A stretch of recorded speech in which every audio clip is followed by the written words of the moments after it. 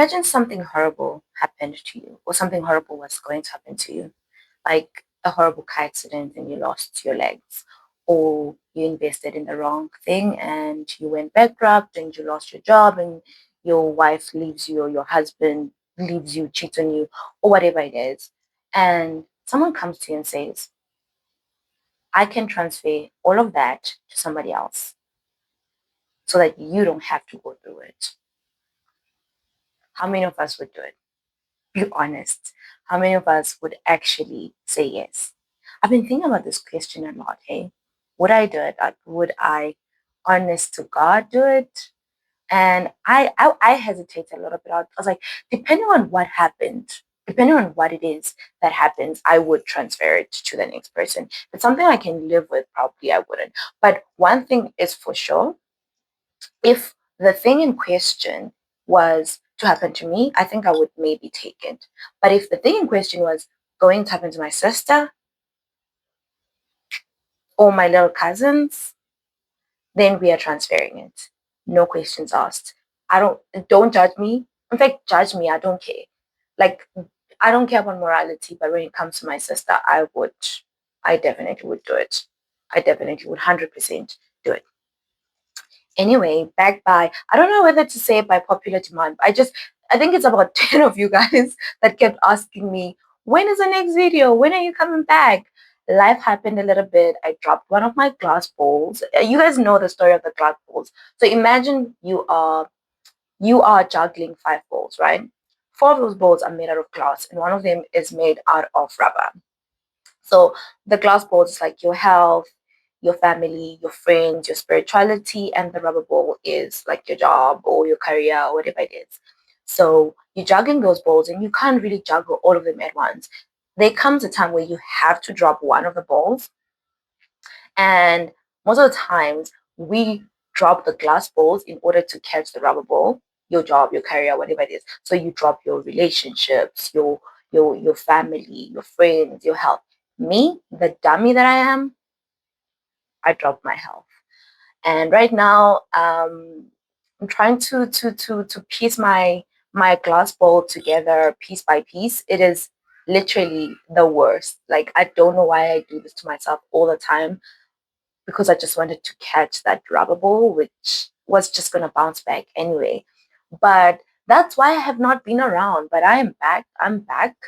And I asked the question, do you guys want me to recap a book that I've been reading or a K drama that I've been watching? As you guys know, sometime last year on my trip to Mozambique, I watched one K drama, Alchemy of Souls, and after that, I was sold. I fell in love with K dramas, and I've just been binging K dramas back to back, back to back, back to back.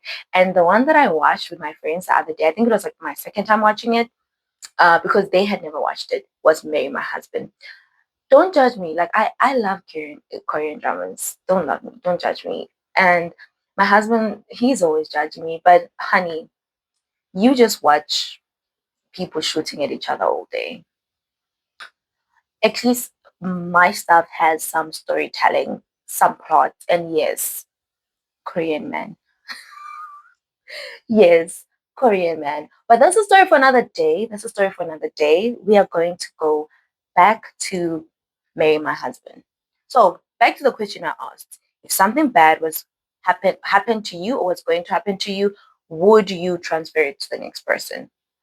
In this story, that entire time, I was like, go girl, transfer it and transfer it to that specific person. Let me not get ahead of myself. Let's start. Our story starts with our girl, Jinwoo. If I'm pronouncing it wrong, I'm sorry. I'm sorry, but I'm doing my best here, okay? Anyway, our story starts with our girl, Jinwoo. She's in the hospital. She looks she looks like her enemies are winning. Like, she looks so fragile, so bad. And I mean, I watched so many shows with this girl, the actor, and she's such a beautiful girl. But in the beginning of this, I was like, what happened? What is happening to you? What are they doing to you? She looks so bad. She looks so fragile. And then we found out that she actually is battling stomach cancer and she is losing. She has like a matter of months to live, and she's thinking back about how her life has actually just been horrible. Like she's being bullied at home by her in-laws. By the way,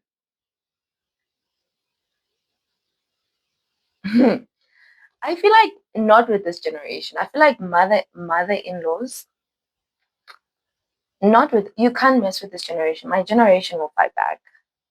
We will fight back. Like mess with somebody else. I'm also somebody else's child. You love your son. My mom loves me. Okay. No. So anyway, she's being bullied by her mother-in-law. And her husband is the most useless person ever. Like he is the worst. He is lazy. He is selfish. He is filthy. Like literally, he makes a mess around the house and he expects her to clean. When she told him that she had stomach cancer, he literally had a meltdown, not because his wife was sick or his wife was going to die, but because who's going to clean, who's going to go to work and make the money. This guy quit his job because he was like, oh, he's going to do stocks or something like that, and they failed. So he's dumb too. But anyway, she married him, and I don't know why she married him because this guy is completely useless. And she's thinking to herself as she's lying on her sick bed that the only thing that she's ever had that has ever been truly hers is her best friend. And her best friend is like the most amazing person to her, and she's everything. And we see her best friend come to the hospital, and the best friend calls her my other half, and I'm like, oh, that's nice. That's so nice.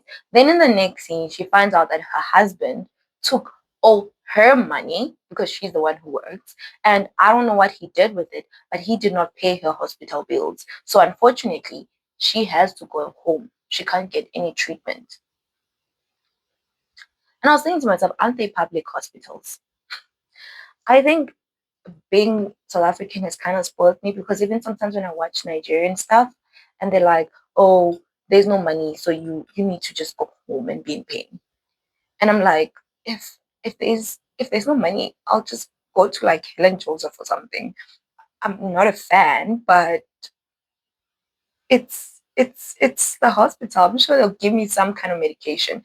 And I guess each country has its own dynamics, but it's one of the things that just popped out to my mind that in South Africa, we actually have that luxury to go to a free public hospital and get the medical help that we need. Anyway, moving on. So she goes home, and as she's going home, she gets a cab.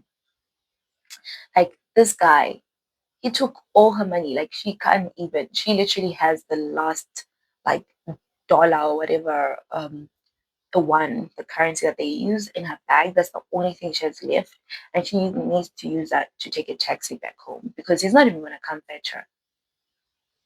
So she goes, she takes it, and she gets there. She's like in the taxi. She tells the taxi driver a life story. It's got like it's just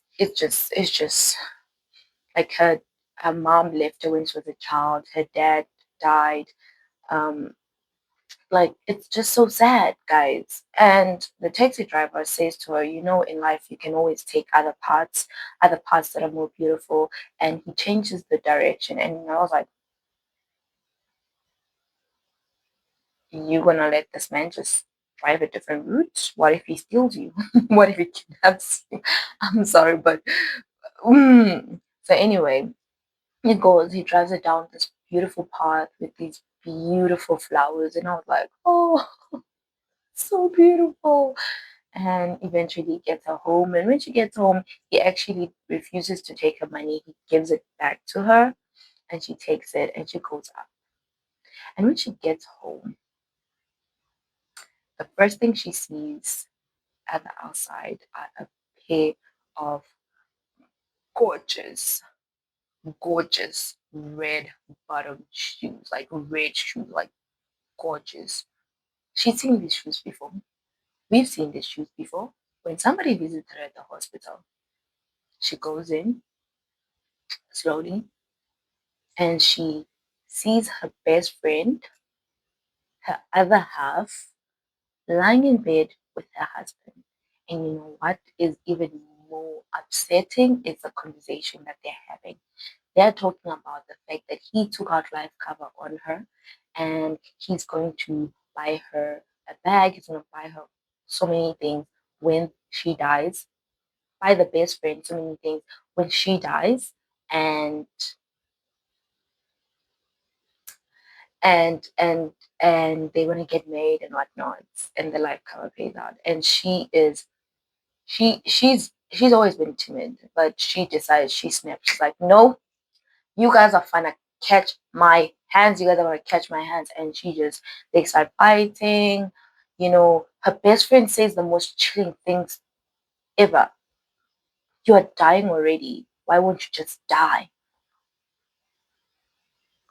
Girl, I got stomach cancer. I'm fighting for my life. You're sleeping with my husband. You want to benefit from my death? Until and anyway, so she fights, they push her, and she hits her head on a glass table and she dies. And I was like, what the hell? What the hell? We just started. Is this how you gonna start? How is she dead? And don't tell me these two losers are gonna win. But no, she wakes up. Next thing she knows, she's awake. She's at her office, at her job. And the first thing she sees is that cheating, lying, filth of a husband. And she just goes at him. She's like grabbing his hair. She just goes at him. And suddenly, her boss, former boss, turned CEO of the company, comes and breaks them apart. And she's like, so like taken back about the whole situation. And during the whole thing, she falls in a kettle is about to fall on her and burn her, and her boss like protects her, and he gets the burn. By the way, I just want to say, when I said Korean men earlier, I was talking about him, Jinhook. I was talking about that man. He's tall, he's handsome, he's he's not he's daddy. Okay, he's, you know, those spicy books that we used to all read about the CEO. Yeah, he's that. He's he is he's CEO daddy. He is CEO daddy. And so he gets burnt on her behalf and everything. And so she sees her ex best friend is there and she's like, oh my other half. And I'm like, girl, girl, I would swing at you. I know that violence is not good, but I would swing. I would swing at her because her face actually annoys me, which tells me that the actor, Chef's Kiss, the actor that plays the best friend, she played that role with all her soul because I hated her every breath. And you know someone is great when you hate their every breath. It reminds me of Joffrey Lannister in Game of Thrones. I hated his guts. I think I still hate his guts, which tells me the actor is brilliant. So anyway, back to our story. So her boss like takes her away, tries to calm her down, buys her food and everything. That's when she realizes she's not in 2023 anymore. She's in 2013. She died in 2023 and woke up in 2013, 10 years before. And she is dating her would-be useless husband, but she's not married to him yet. She's still friends with her best friend, and her best friend thinks she doesn't know everything, but she knows. And her boss, in the who is who she remembers him as this cold man. He's all like attentive, making sure that she's fine and everything. And she's like, "Whoa, what is happening here?" But our girl, smart girl. See, I love smart people. I love smart people. You know what she does? She uses her biggest weapon, which is the fact that she knows the future. She knows what's going to happen. So what she does is she invests in all the companies that are going to blow up. And I was like, this girl, me, you, we are like this. I don't understand. Every single time when people go back to the past, they're like, oh, looking up their grandmothers. Oh, you want to see how your grandmother used to look when she was a teen? No, no offense, but grandma, I'll see you back home. I'll see you back in the future. I'm buying stock. I'm buying crypto. I'm not playing with you. I'm buying Bitcoin. I'm buying Bitcoin immediately. I'm not playing. I'm not playing. Anyway, so she does that and she tries to break up with that loser. And his violent tendencies show himself because he's a weak man. And she realizes that she has to be smart. And then, oh, before we go there, she tries to avoid getting hurt because she knows that she gets hurt in a specific place and gets like a bump on her knee. And whatever she does, like she avoids it, but it eventually happens and she still gets hurt and she still gets that scar. So that's when she starts to realize whatever has happened will happen. It needs to happen, or it needs to happen to someone else. So she knows that if she got married, she married this useless person, she got stomach cancer. So she then decides that she's gonna pass on all of that bad luck, all of that to the next person. And who else other than her best friend, that loser of a human being? Who, again, this is the character, not the actor. The actor is brilliant. The character. Because she's vile. And we actually, and as we get to know her, we realize that in all her life, all she's ever done is just sabotage her friend. Like, I don't know what she did to make that girl hate her, but that girl hates her. That girl is in secret competition with her. That girl sabotages her. That girl takes everything from her. So she realized that she needs to transfer her bad luck to the next person. So her best friend has to marry her husband. But here's the thing, her best friend will only marry her husband if she thinks that she loves her husband. So it's like that thing of somebody wants something only because you have it. They don't care about it. They don't care. They don't care about it. They only want it because you have it. So that's the whole situation. And now, like, she finds out like a lot of things about like the things that her best friend was doing to her. Like, the reason why she was bullied in school was because of her best friend. Like, this girl is, she's the actual villain. The husband is useless. The best friend is the actual villain. So she starts planting seeds to get the husband and the best friends to fall back to fall for each other. Make this time faster so that they start cheating and she leaves him and they get married and they do whatever that they want to do together. And she can live her life happily, maybe with the CEO daddy. I mean, and you know what? The CEO daddy is like, he's like, and the entire time I was like, girl, the first time around you married that guy, I mean, he's not bad looking, but he's a horrible person. I mean, he's nothing in comparison to CEO Daddy. And I'm thinking to myself, girl, the first time around you chose that guy. You chose that guy, not CEO Daddy. Come on. Anyway, so her and CEO Daddy, oh, so her friend invites her to like there's like a reunion, and her friend is like, oh come, and her friend gives her like fake earrings. And she knows that these earrings are fake. And she remembers that in the past she went there, like she wasn't dressed up. She like just looked like a mess. She was wearing fake earrings and her friend and like everybody bullied her for it. And so this time around, she, by the way, right now, like what the taxi driver said in the beginning was so true, that there is always another path.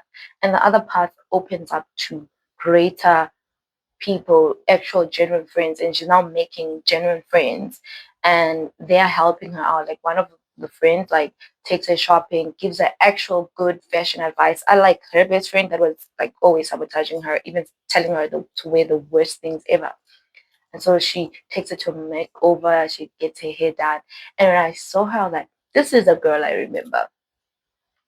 This is the girl that I remember. Your beauty is chef's kiss. And so she goes to the reunion, she looks beautiful, she defends herself, and what she's wearing the genuine earrings. Thanks to CEO Daddy, she's wearing the genuine earrings, and she, like they all like find out. Her best friend told everybody that apparently she was always stealing all her the best friend's boyfriends. That she got her the job, and then she sabotaged her the job and became permanent while the best friend was still an intern. I'm like, this girl, this girl. And as all of that's happening, they're like, oh, remember in high school you stole her boyfriend? And she's like, what boyfriend are you talking about? And they're like, this guy. And she's like, but I like that guy. And he rejected me. And he never dated my best friend. What are you guys talking about? And guess who walks in? The first love, the first crush. And he's like a chef now. And so we'll call him the chef. The chef walks in. He's, he's, I don't know. I'm Team CEO Daddy. But the chef is also a chef's kiss. He's a little bit shorter than what I like, but he's also, yeah, he can get it. I'm joking, I'm joking. But he's not CEO daddy. But he's better than the husband. Yeah, he's way better than the husband. And I don't know if this is because the husband is such a shit character, but maybe if I see like, no, he's better than the husband. I said what I said. So me. And anyway, so the chef is like, "What are you talking about? Me and you never dated. I had a crush on your best friend. I had a crush on her, on Jinwoo, and Jinwoo rejected me. She wrote me a letter. By the way, she never wrote a letter. It was the best friend forced her writing and wrote a letter. This girl has been evil all her life. She's been evil all her life because why? I Oh, I missed something very important. So, by the way, one of the dollar that she got back from the taxi driver has a little heart on it. And she remembers her dad before he died. He used to always put hearts on money, like on all the money that he'd give her would be like my allowance to you with a little heart. And so this money, she then realized like her having a second chance at life is a gift from her dad. And I was like, that is so cute. That is so cute. That is so nice. And guess what else we find out? Remember how CEO Daddy always is there to save her? He's always there to help her. He's always there to like, by the way, CEO Daddy is the one that found the chef because and convinced the chef to go to the reunion and prove it right. And And and then we now realize something. We see CEO Daddy showering, and on his shoulder, he has a little heart because he's also back. Well, he's also back from the future. Yeah, he's also back from the future. And then we pass over to his POV for a little second. So he found out that she died. He went to a funeral, and while at her funeral, the police came in and they arrested the husband and the best friend. And I was like, at least they get what they deserve. But the thing is, she's already dead there. And the CEO daddy hears people talking about how horrible her life was, how she was always being sabotaged, how all of this was like happening to her. And he gets so scared. And then he gets to his car and his car refuses to start. And then he takes a taxi. And then guess whose taxi driver is? The same guy, the same taxi driver, Jinwoo's dad. And then he drops him off. And then the next day, CEO Daddy is driving his car. He gets into a car crash and he dies. And he also comes back. And so they are both back, and they start like they share that their stories that yeah, I'm back. And then as they are talking, she notices that he has a scar. That scar is the same scar that she has in the future. That scar is from when the kettle burnt her.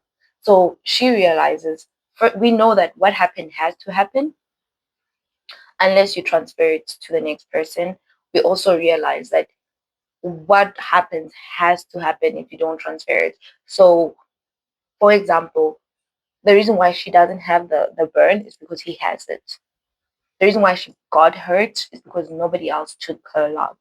And so Seo Daddy realizes he's gonna die again unless he transfers his luck to someone else. And Seo Daddy is so morally upright. Like he's not gonna transfer it. He's he's he's yeah. So like I feel like the rest of this drama is like me just screaming, yeah, yeah, yeah. Like the way my girl gets her revenge, the way she turns tables around. She's playing chess, not checkers. She is just making, little moving the chess pieces around.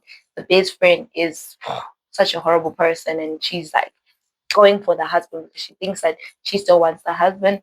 Whereas CEO Daddy says to her, to our main girl, Jinwoo, I want you and I'm gonna get you because I've always wanted you. And I'm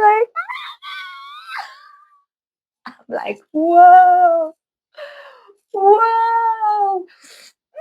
Mm, mm, mm. And we find out that he's always wanted her. Like, so they met while, like, in 2005, while they were both students. And she was like, her dad had just died, and she had just gotten dumped. And she was like shit drunk, just walking around the streets, like. And I'm like, girl, where are your friends? Where's your best friend? Well, we know where she is. She's probably sleeping with somebody's boyfriend somewhere. But so she's walking there. She's drunk. She's stumbling. She drops her glasses and crashes them, so she can't even see. Everything is blurry. And she bumps into CEO Daddy and she bites him. And I'm like,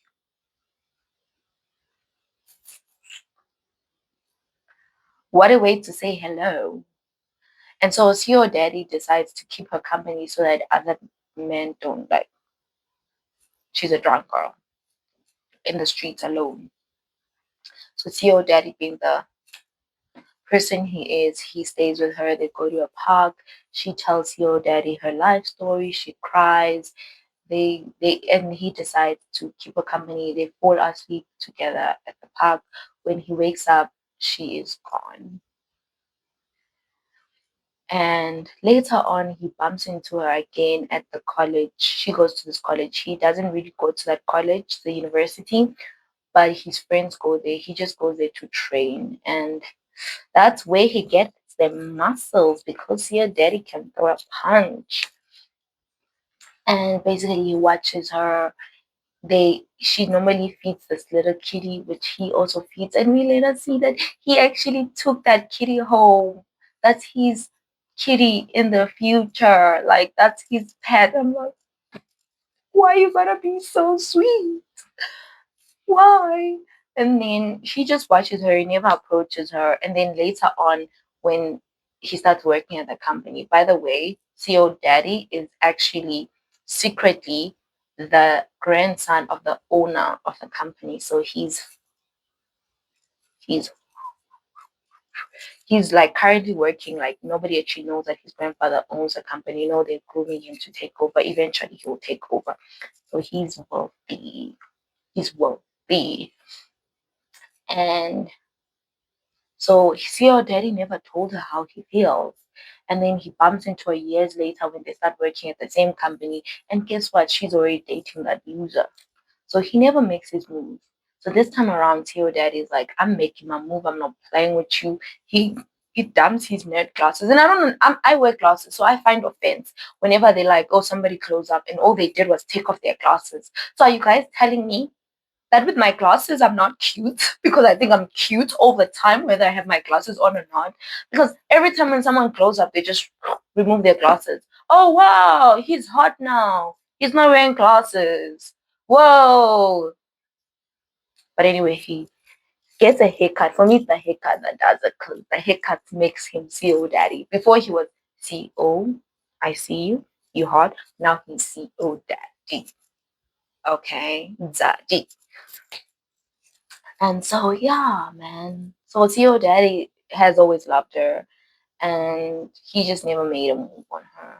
And now he's like not take going down. He's like, I'm gonna get you and I'm gonna get you. But when he just discovers that he's gonna eventually die, he kind of like pushes her away a little bit, which I'm like, what in the Queen Charlotte is this? What's wrong with men?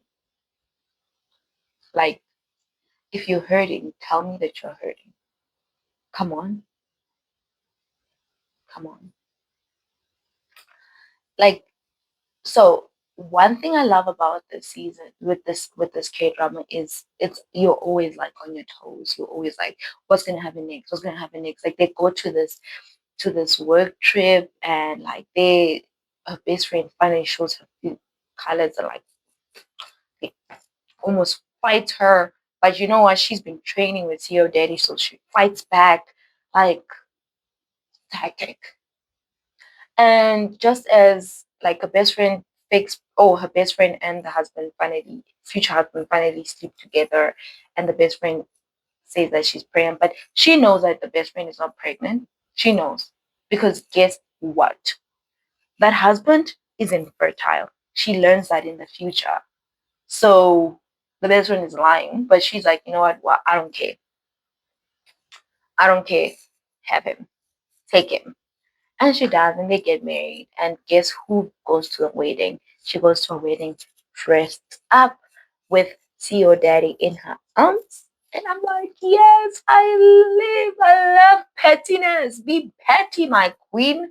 Be petty. And yeah, just as everything is going great, we get introduced to another character, someone more unhinged than her best friend. And from here, I kind of lost the plot. Not that I lost the plot, but I was like, we've done it. It's called Marry My Husband. She's married her husband. What more is there? But now, because the CEO daddy is like a rich guy, Chebla, you know, he was supposed to be marrying some other rich girl, and that rich girl comes back with vengeance, and she just goes nuts. And oh, we found out why her best friend has always hated her because her mom ran away from her mom left her when she was young and married her best friend's dad. And then her best friend was having like a shit life and everything. And then her best friend went to find her thinking that they will be like in misery together. And she's like loved by her dad. She's like happy. And her best friend just starts hating her from them because her best friend is like, why do you get to be happy? Why do you get to be loved? And that's literally why her best friend hates her. That's literally why her best friend did everything. I'm like, girl, what in the mommy issues is this? What in the daddy issues is this? Just go get help. Go get help. Okay, go get help. But anyway, the ending is nice because we jump back to 2023 and they are married and they have kids. And basically, they transferred their bad luck.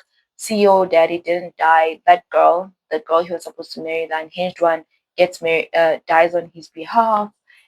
Somebody else gets cancer on her behalf. And like, yeah, I loved this one, guys. I really loved it. I think go watch it. It's on Prime. 10 out of 10. It is chef's kiss. And that's it from me. I love you guys so much. You guys, if there's more that you guys want me to do, tell me. I know a lot of you, when I did the book review for the book following, a lot of you told me that there's a K drama with the same name, and I checked it out, and it has one of my favorite K drama actors. I forgot her name, but she plays Mr. Queen, My 19th Life, and so many others. And she's one of my favorites. She's amazing. So I'm gonna look for it and I'm gonna watch it. And if I watch it, I'll come back and tell you guys. But let me go back to reading this book. I love you guys. See you next time.